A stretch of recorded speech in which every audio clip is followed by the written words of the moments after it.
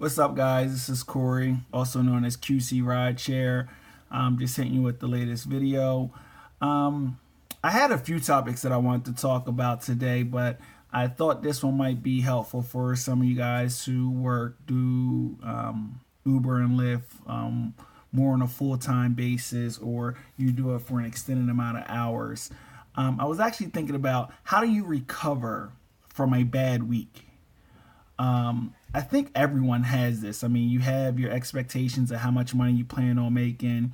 If you watch some of my earlier videos, you know you set up your financial baseline, so you know how much you need to make, but you go out there and it's just not happening for you, or your gas ends up being higher, or you don't get the volume that you're expecting. So the question is, how do you recover?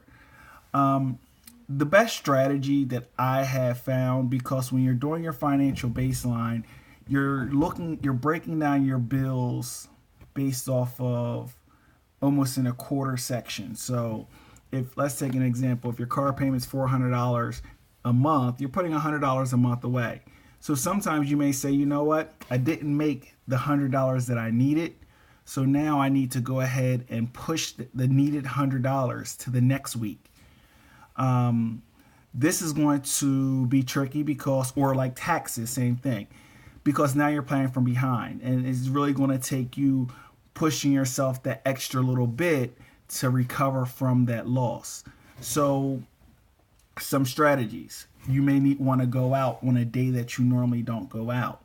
I'll give you an example. Normally I don't go out Mondays and Tuesdays because I'd rather recover on those days, get myself in order, take care of some things around the house.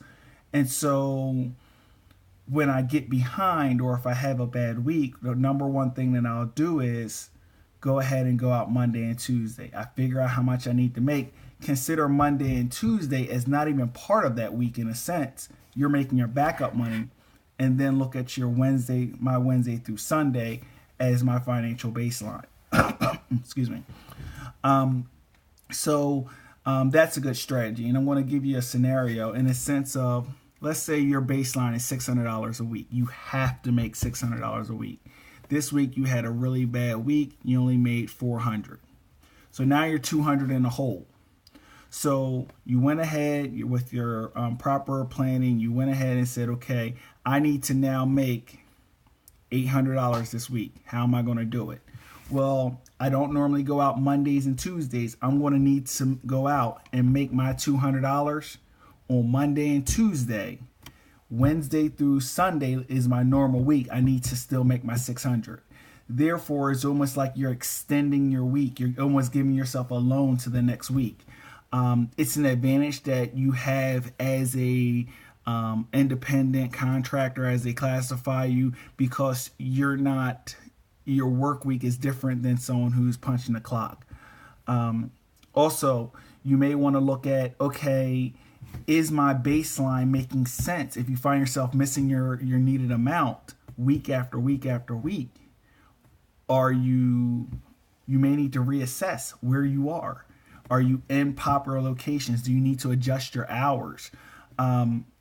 Because the reality is, having to, I guess, extend your week or do that should only be a every once in